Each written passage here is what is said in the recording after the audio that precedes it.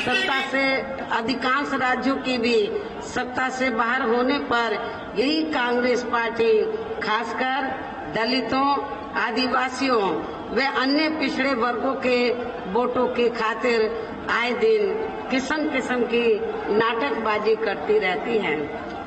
जबकि इन वर्गों के मामले में इस पार्टी की सच्चाई तो ये है कि कांग्रेस पार्टी जब सत्ता में होती है और इनके अच्छे दिन होते हैं तो तब इस पार्टी को इन वर्गों का विकास व उत्थान आदि याद नहीं आता है तथा न ही इनको महिलाओं की भी भागीदारी याद आती है।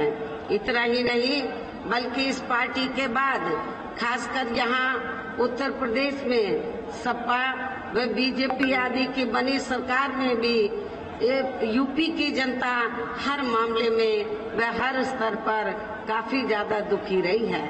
सपा की सरकार में तो अधिकांश यहाँ गुंडों, बदमाशों, माफियाओं व अराजक तत्वों एवं सरेआम लूट खसोट करने वालों का ही राज रहा है, जिसकी खास वजह से ही इस सरकार में आए दिन यहाँ जाति व धर्म के नाम पर तनाव व दंगे आदि होते ही रहे हैं। प्रदेश में विकास के कार्य भी ज्यादातर यहाँ एक विशेष क्षेत्र व एक समुदाय के लोगों तक ही सीमित होकर रह गए हैं।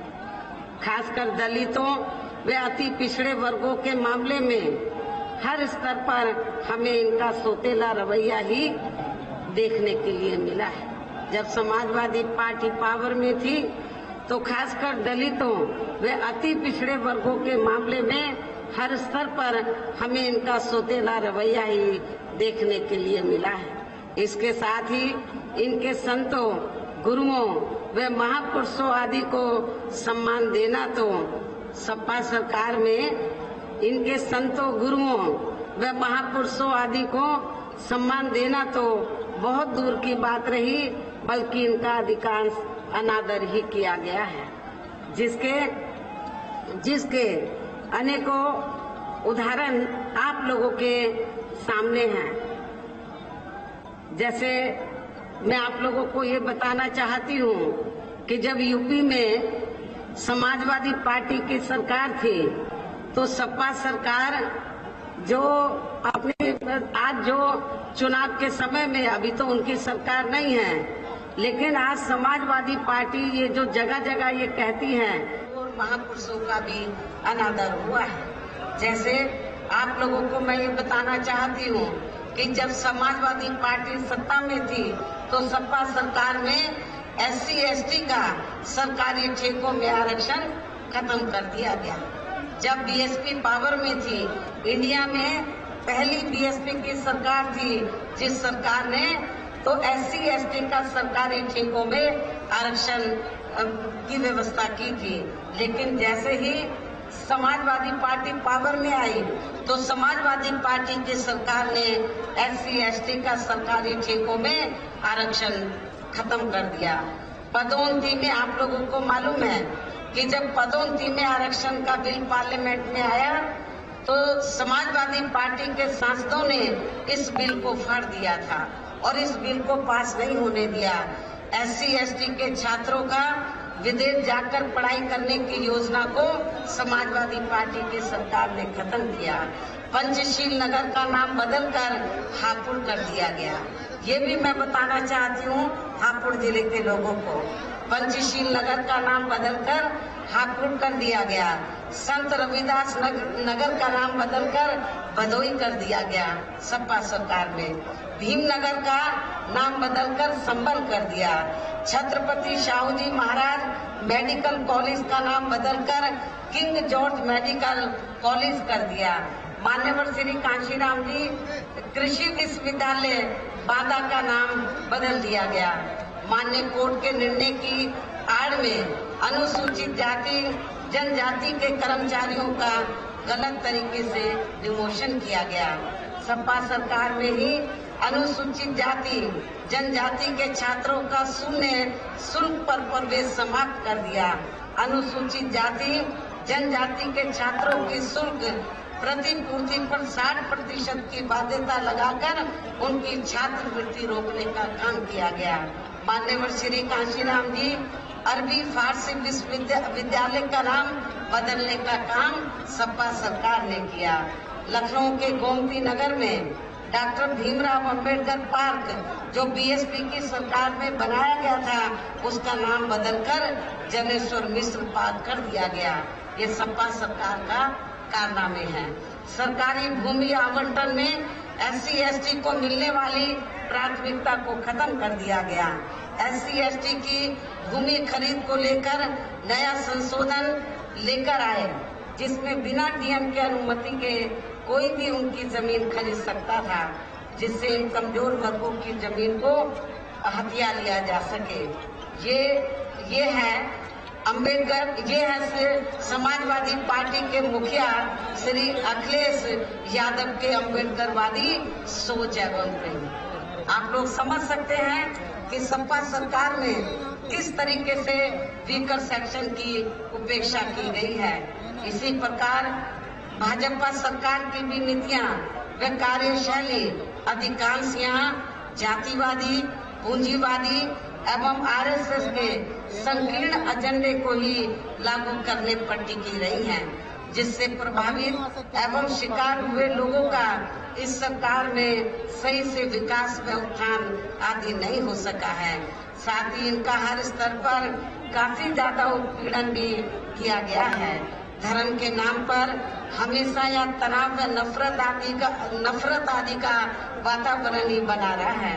प्रदेश में हर प्रकार के अपराध भी काफी ज्यादा बढ़े हैं। खासकर दलित व महिलाएं भी इस सरकार में कतई भी सुरक्षित नहीं रही हैं, लेकिन मीडिया में इनके आंकड़ों को अधिकांश दबा दिया जाता है।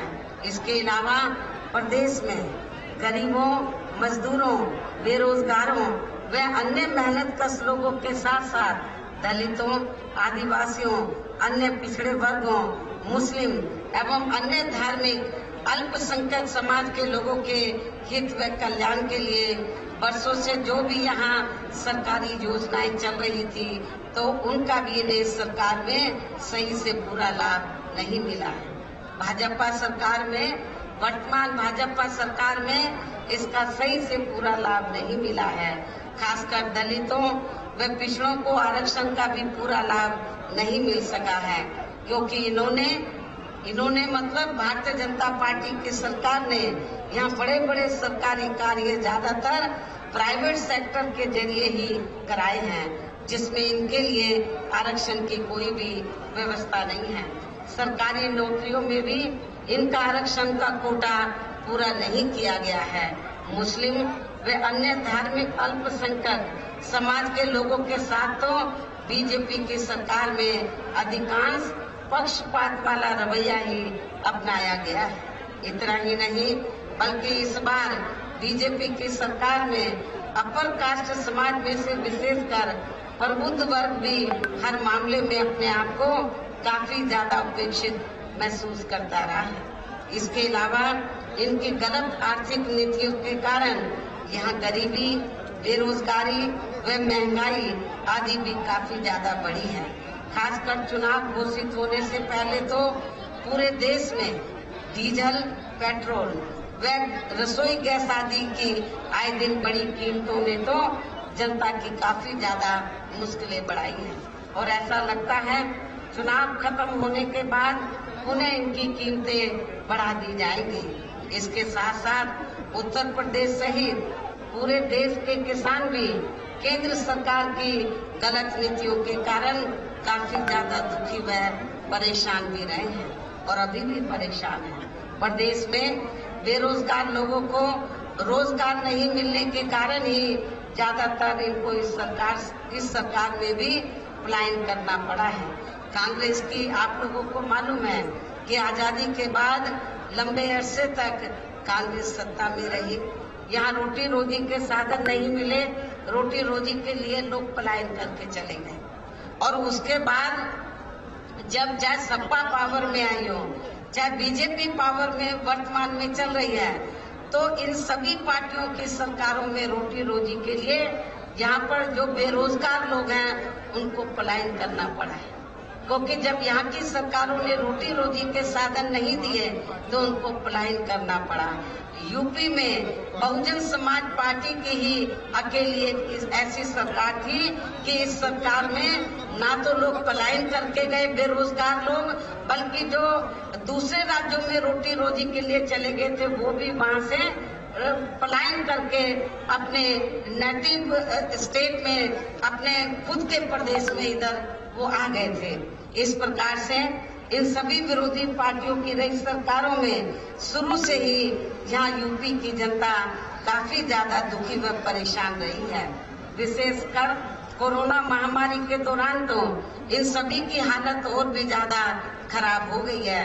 ऐसे में इन सभी विरोधी पार्टियों की रही सरकारों से निजात पाने के लिए अभी चुनाव में यहाँ प्रदेश की जनता को अपनी एकमात्र हितैषी पार्टी बहुजन समाज पार्टी की ही सरकार बनाना बहुत जरूरी है, जिसने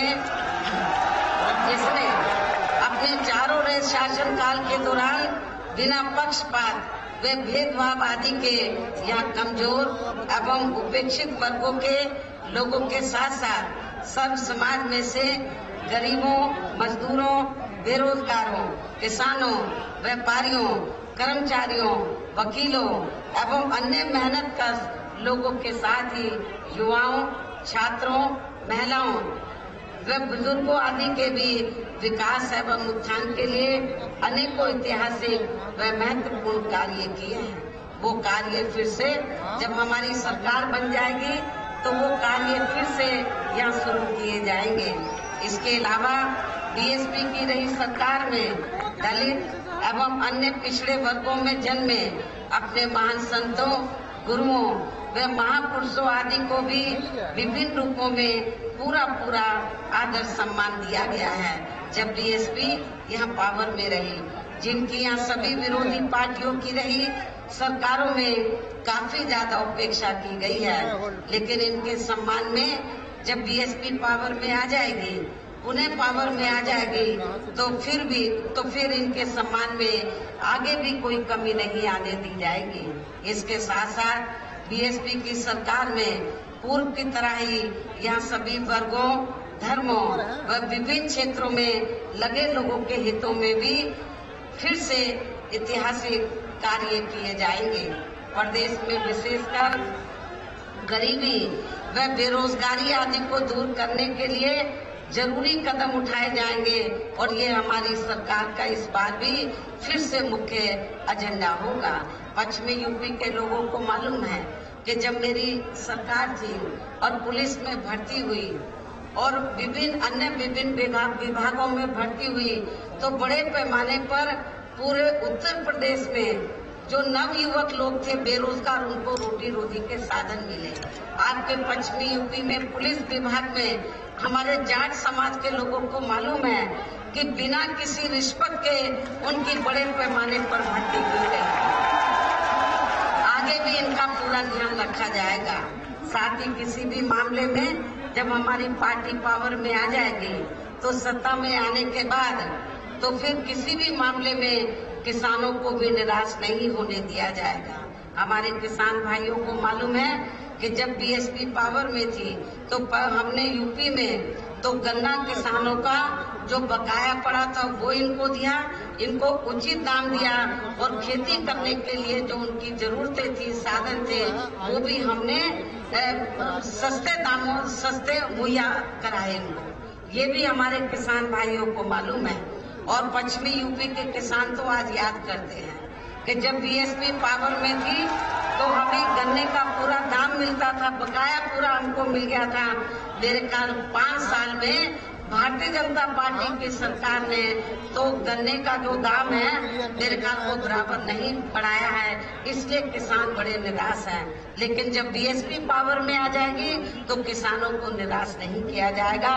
मैं पश्चिमी यूपी के किसान भाइयों को ये विश्वास दिलाना चाहती हूँ। इसके अलावा मैं मेरठ मंडल के लोगों को ये भी बताना चाहती हूँ कि आपके यहाँ जो भी स्थानीय समस्याएं होंगी तो उन्हें भी दूर करने का पूरा प्रयास किया जाएगा। वैसे तो आप लोगों को मालूम है कि आपके नजदीक ही तो नोएडा, ग्रेटर नोएडा है। जब हमारी सरकार बनी तो हमारी सरकार ने तो नोएडा, ग्रेटर नोएडा को मिलाकर नया जिला बनाया और उस नए जिले का नाम गौतम बुद्ध नगर के नाम से रखा। गौतम बुद्ध नगर का काफी विकास किया। गौतम बुद्ध नगर में हमने गौतम बुद्ध के नाम से विश्व विख्यात यूनिवर्सिटी बनाई। ये भी आप लोगों को मालूम है। शिक्षा के क्षेत्र में, स्वास्थ्य के क्षेत्र में, वहाँ के डेवलपमेंट के मामले में हमने पूरा ध्यान रखा, जिसके कारण तो बड़े पैमाने पर लोगों ने इधर आकर निवेश किया गौतम बुद्ध नगर में, और पश्चिमी यूपी के लोगों को काफी रोटी रोजी के साधन मिले। इसका श्रेय न सपा की सरकार को जाता है, न बीजेपी की सरकार को, इसका पूरा श्रेय जाता है बहुजन समाज पार्टी की सरकार को। इसके साथ ही केंद्र में यूपी की सरकार के भी मैं आप लोगों को ये बताना चाहती हूँ, जब बीएसपी पावर में आ जाएगी, इस बार बीएसपी जरूर पावर में आएगी, क्योंकि इतनी ठंडी है, मौसम खराब है, फिर भी आप लोग बड़े पैमाने पर इधर मुझे सुनने के लिए आए हैं। तो मैं समझती हूँ कि उससे ऐसा लग रहा है कि इस बार आप लोगों की सरकार जरूर आएगी, जरूर आएगी। और जब बीएसपी पावर में आ जाएगी तो फिर केंद्र में आप लोगों को ये विश्वास दिलाना चाहती हूँ कि फिर केंद्र में यूपी सरकार के भी विवादित नियमों व कानूनों को यहाँ लागू नहीं होने दिया जाएगा। जो विवादित नियम और कानून है उनको लागू नहीं होने दिया जाएगा। इतना ही नहीं, बल्कि बीएसपी की रही सरकार में जिन महान संतों, गुरुओं एवं महापुरुषों आदि के आदर सम्मान में व उनके नाम पर जनहित की जो अनेकों योजनाएं शुरू की गई थी, साथ ही नए जिलों के नाम भी रखे गए थे, तो उन्हें अधिकांश सपा सरकार द्वारा बदल दिया गया है, जिससे उनके प्रति इनकी हीन व जातिवादी मानसिकता भी साफ झलकती है, तथा जिन्हें फिर बीएसपी की सरकार बनने पर जरूर बहाल कर दिया जाएगा। इसके साथ साथ बीएसपी की रही सरकार में सर्व समाज के व विभिन्न क्षेत्रों में लगे लोगों के हितों में जो अनेकों महत्वपूर्ण व ऐतिहासिक फैसले लिए गए थे, जिन्हें सत्ता परिवर्तन होने पर बाद में सपा व बीजेपी की सरकार ने ज्यादातर दरकिनारी कर दिया है, तो उन्हें भी फिर से शुरू किया जाएगा। इसके साथ ही बीएसपी की सरकार बनने पर यहाँ बीजेपी व सपा आदि के शासनकाल की तरह कानून व्यवस्था को किसी भी कीमत पर खराब व लचर नहीं होने दिया जाएगा, और हर स्तर पर कानून द्वारा कानून का राज कायम किया जाएगा। जाति व धर्म के आधार पर यहाँ लोगों का किसी भी प्रकार से शोषण व उत्पीड़न आदि नहीं होने दिया जाएगा, जैसा कि वर्तमान भाजपा सरकार में हो रहा है। खासकर कानून व्यवस्था को बेहतरीन बनाने के लिए विशेष अभियान के तहत व दलगत राजनीति से ऊपर उठकर यहाँ गुंडों, बदमाशों, माफियाओं व अन्य आपराधिक एवं अराजक तत्वों को भी जेल की सलाखों में ही भेजा जाएगा, जहां मेरी सरकार ने इनकी जेल के बाहर नहीं बल्कि जेल के अंदर ही सही जगह होती है। इतना ही नहीं, बल्कि वर्तमान भाजपा सरकार ने जाति, धर्म व राजनीतिक द्वेष की भावना के तहत जिन लोगों को खासकर धरना प्रदर्शन आदि के नाम पर जबरदस्ती गलत धाराओं में फंसा के उन पर अनेकों केस चलाए हुए हैं, तो उन मामलों की भी सही से जांच करा के उनके केस भी खत्म कर दिए जाएंगे। अर्थात वर्तमान भाजपा सरकार ने प्रदेश की जेलें जो अधिकांश ऐसे लोगों से भर दी गई हैं, तो उन्हें खाली करा के केवल यहाँ आपराधिक तत्वों को ही रखा जाएगा। इसके अलावा प्रदेश में खासकर शिक्षा के क्षेत्र में व अन्य और विभागों के भी कर्मचारी जो आए दिन अपनी मांगों को लेकर धरना प्रदर्शन एवं हड़ताल आदि करते रहते हैं, तो उन सभी मामलों को निपटाने के लिए एक आयोग का गठन किया जाएगा और उनकी सही मांगों को मान लिया जाएगा। इसके साथ ही यहाँ मैं ये भी कहना चाहती हूँ कि कुछ महीने पहले मैंने दिनांक 7 सितंबर को प्रबुद्ध वर्ग की सुरक्षा, सम्मान व तरक्की आदि को लेकर किए गए सम्मेलन में तथा इसके बाद दिनांक 9 अक्टूबर को मान्यवर श्री कांशीराम जी की पुण्यतिथि के मौके पर भी मैंने सर्व जनहिताय व सर्व जन सुखाय को लेकर जो भी कार्य करने के लिए कहा है तो उन पर भी जरूर अमल किया जाएगा। लेकिन ये सभी कार्य करने के लिए इस चुनाव में यहाँ बीएसपी की सरकार बनाना बहुत जरूरी है। बीएसपी की पूर्ण बहुमत की सरकार बनाना बहुत जरूरी है, जिसके लिए पार्टी के लोगों को वोट पड़ने तक या सभी विरोधी पार्टियों के साम दाम दंड भेद आदि हथकंडों से भी जरूर सावधान रहना है। और इस मामले में विरोधी पार्टियां चुनाव होने से कुछ समय पहले व चुनाव के दौरान भी अपने अपने पक्ष में हवा बनाने के लिए खासकर मीडिया व ओपिनियन पोल एवं सर्वे आदि का जो बड़े पैमाने पर गलत इस्तेमाल करती हैं, तो उससे आप लोगों को बिल्कुल भी गुमराह नहीं होना है। जैसे आप लोगों को मालूम है कि जब सन 2007 में यूपी में विधानसभा के लिए आम चुनाव हो रहे थे, तो उस दौरान तो ओपिनियन पोल और सर्वे, मीडिया के लोग ओपिनियन पोल और सर्वे क्या दिखा रहे थे सन 2007 के विधानसभा आम चुनाव में कि बीएसपी तीसरे नंबर पर रहेगी, ये दिखा रहे थे। लेकिन जब रिजल्ट आया तो रिजल्ट पलट गया, उल्टा हो गया। और जिसको तीसरे नंबर पर बीएसपी को कह रहे थे, बीएसपी पहले नंबर पर आ गई। जिसको पहले नंबर पर कह रहे थे वो तीसरे पर चले गए। तो आप लोगों को पूरी मेहनत करके, रात दिन मेहनत करके तो अपने उम्मीदवारों को जिताकर यहाँ अपनी सरकार बनाना है और इनके ओपिनियन पोल और सर्वे को आप लोगों को खारिज करना है, और ये सब आप लोगों के हाथों में है। इसके साथ ही पूर्व की तरह इस चुनाव में भी विरोधी पार्टियों ने विभिन्न रूपों में जो अपने हवाई व प्रलोभन भरे चुनावी घोषणा पत्र आदि जारी किए हैं, जिन्हें सत्ता में आने के बाद ये पार्टियां अधिकांश अमल में नहीं लाती हैं, तो उनके बहकावे में भी आप लोगों को कतई नहीं आना है। जबकि इस मामले में बीएसपी किसी भी चुनाव में विरोधी पार्टियों की तरह अपना कोई भी चुनावी घोषणा पत्र आदि जारी नहीं करती है, क्योंकि बीएसपी कहने में बहुत कम बल्कि कार्य करके दिखाने में ही ज्यादा विश्वास रखती है। और ऐसा हमने यहाँ यूपी में अपनी चारों रही सरकारों के दौरान करके भी दिखाया है। इतना ही नहीं बल्कि हमारी पार्टी की चारों रही सरकारों ने प्रदेश में बिगड़ी हुई कानून व्यवस्था को सुधारने के साथ साथ प्रदेश के विकास व आम जनहित के लिए जो असंख्य अति महत्वपूर्ण कार्य किए हैं, वो अभी तक यहाँ किसी भी विरोधी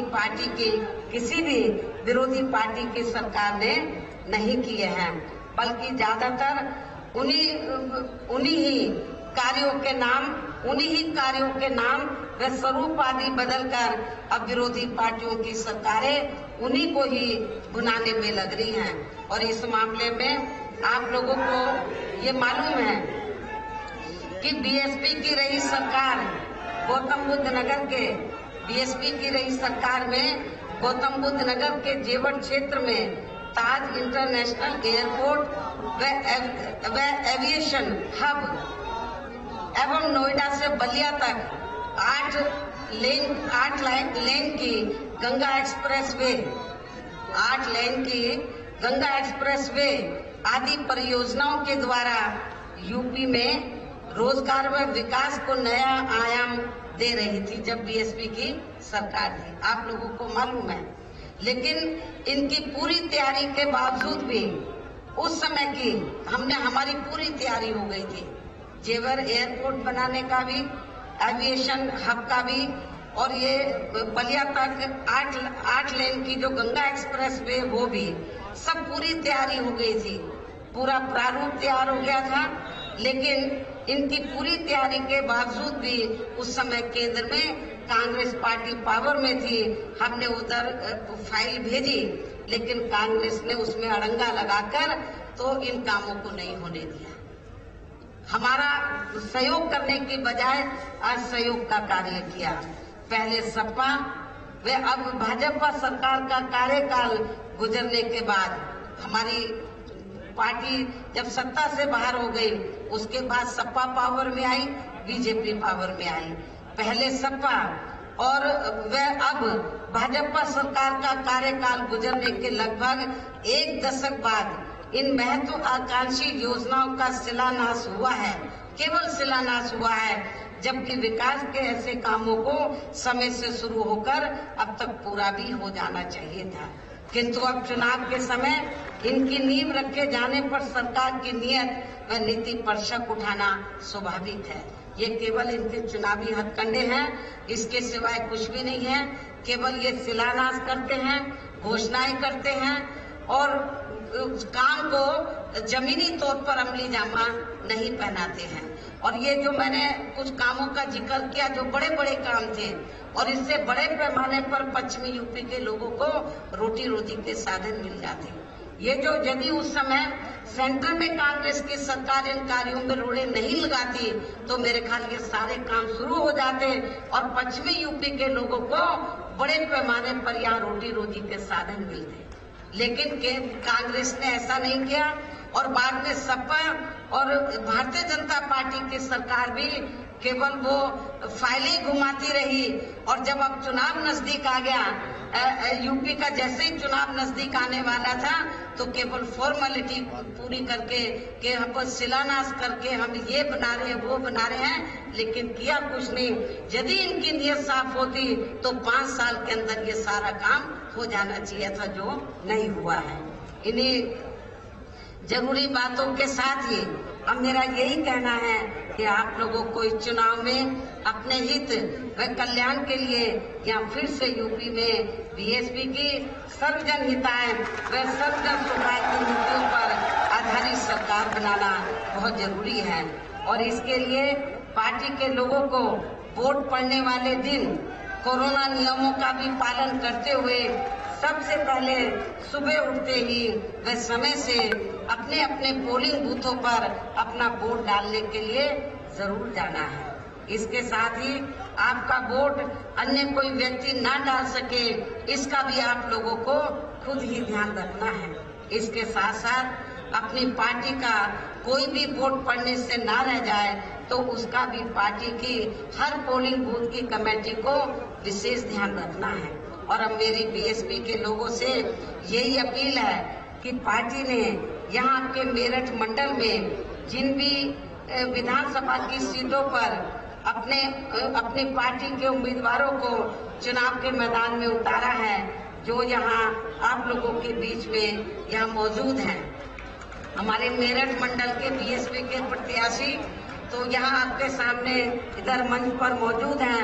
मेरी आप लोगों से पुरजोर अपील है कि मेरठ मंडल के बीएसपी के इन सभी प्रत्याशियों को आप लोग वोट वाले दिन अपनी पार्टी के हाथी चुनाव चिन्ह के सामने वाले बटन को दबा के इनको आप लोग जरूर जिताएंगे। और फिर से आपको यहाँ सन 2007 की तरह ही बीएसपी की अपनी पूर्ण बहुमत की सरकार जरूर बनाना है। तभी फिर प्रदेश में अमन चैन कायम होने के साथ साथ यहाँ सभी धर्मों व वर्गों के लोगों का भी सही से विकास व उत्थान आदि हो सकता है। साथ ही जहाँ अन्याय, अपराध, भय व भ्रष्टाचार मुक्त एवं विकास युक्त वातावरण भी पैदा हो सकता है तथा तभी फिर यहाँ परम पूज्य बाबा साहब डॉक्टर भीमराव अम्बेडकर एवं मान्यवर श्री कांशीराम जी आदि का भी सपना सही साकार हो सकता है। इस उम्मीद के साथ ही मेरा यही कहना है कि अब आपको जो मैंने एक नारा दिया है, अब आपको हर पोलिंग बूथ को जिताना है, बीएसपी को सत्ता में लाना है। आप लोगों को हर पोलिंग बूथ को जिताना है, बीएसपी को सत्ता में लाना है। और मैं आप लोगों को इस विश्वास के साथ ही अब मैं पुनः अपनी पार्टी के सभी उम्मीदवारों को जिताने की पुरजोर अपील करते हुए अपनी बात यही समाप्त करूं। लेकिन इससे पहले मैं आप लोगों से ये दरखास्त करना चाहती हूं कि अब वोट पड़ने के लिए समय बहुत कम रह गया है, तो वोट पड़ने तक तो विरोधी पार्टियां किस्म किस्म के साम दाम दंड भेद हथकंडे इस्तेमाल करके तो आप लोगों को गुमराह करने का ये विरोधी पार्टियां प्रयास करेंगी। लेकिन आप लोगों को गुमराह नहीं होना है, बल्कि आप लोगों को तो मेरठ मंडल की जितनी विधानसभा की सीटें हैं, हर विधानसभा में तो हमारी पार्टी ने जो पोलिंग बूथ की कमेटी बनाई है, तो हर पोलिंग बूथ की कमेटी की ये जिम्मेवारी बनती है कि वो सेक्टर और विधानसभा की कमेटी की देखरेख में अपनी पार्टी के उम्मीदवार को जिताने का पूरा प्रयास करें। और मैं खास तौर से विधानसभा की कमेटी को, सेक्टर की कमेटी को और पोलिंग बूथ की कमेटी से मैं पुरजोर अपील करती हूँ, यदि आप लोग इस चुनाव में अपनी जिम्मेवारी को ईमानदारी निष्ठा से निभा लेते हैं तो फिर हमारा उम्मीदवार कोई हार नहीं पाएगा। सारे के सारे उम्मीदवार जो चुनाव जरूर जीतेंगे। और जब हमारी पार्टी के मेरठ मंडल के उम्मीदवार जीतेंगे तो उसका श्रेय तो मैं पार्टी के वरिष्ठ लोगों को नहीं दूंगी, इसका श्रेय मैं उम्मीदवारों को नहीं दूंगी, बल्कि जो पोलिंग बूथ की कमेटी है, विधानसभा की कमेटी है, सेक्टर की कमेटी है, तो उसका क्रेडिट मैं उसको दूंगी। इसलिए मेरा पोलिंग बूथ की कमेटी के लोगों से खास दरखास्त है कि आप लोग पूरी ईमानदारी निष्ठा से तो अपने इन सभी उम्मीदवारों को जिताएं। और बीएसपी का जो हाथी चुनाव चिन्ह है, हाथी चुनाव चिन्ह के सामने वाले बटन को दबाकर इनको भारी वोटों के अंतर से जरूर जिताएं। इस पुरजोर अपील के साथ ही अब मैं अपनी बात यही समाप्त करती हूँ। जय भीम, जय भारत।